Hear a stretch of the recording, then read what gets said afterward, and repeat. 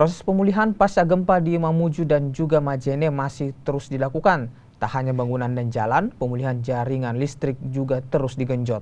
Untuk daerah terisolir, sistem jaringan listrik sudah kembali pulih setelah pihak PLN melakukan perbaikan lebih dari 2 pekan.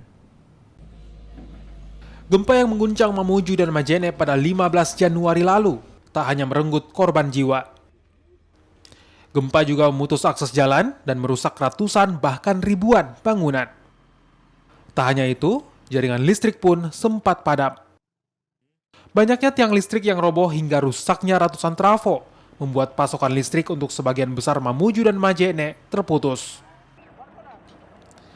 Proses perbaikan listrik pun dilakukan secara bertahap. Tiang listrik yang roboh kembali dibangun, ratusan trafo yang rusak juga diganti, agar jaringan listrik bisa kembali disambungkan. Yang belum bisa kami hidupkan karena terkendala oleh akses masuk. Misalnya di daerah Majene, Hulu Manda, kita sudah tahu sama-sama bahwa jalan masuk ke sana relatif parah kerusakannya. Ada titik yang putus, ada titik yang retak. Nah, sehingga kami tidak bisa masuk terlalu dalam. Selain daerah perkotaan, daerah terisolir di pegunungan, utamanya Kecamatan Ulu Manda, Majene, juga jadi prioritas. Petugas berjuang membangun ulang jaringan listrik yang putus akibat gempa dan juga tanah longsor. Butuh hampir 3 pekan untuk bisa menyambungkan listrik bagi warga di daerah tersebut.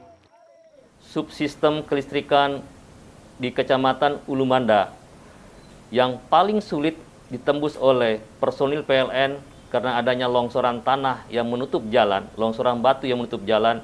Alhamdulillah 6 trafo terakhir dapat kami nyalakan atau dapat kami operasikan kembali.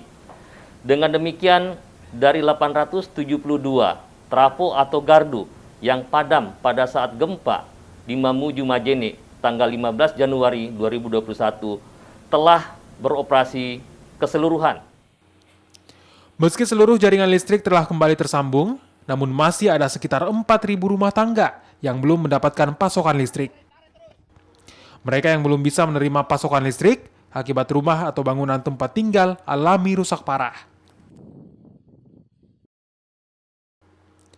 Tim Liputan, Kompas TV, Makassar.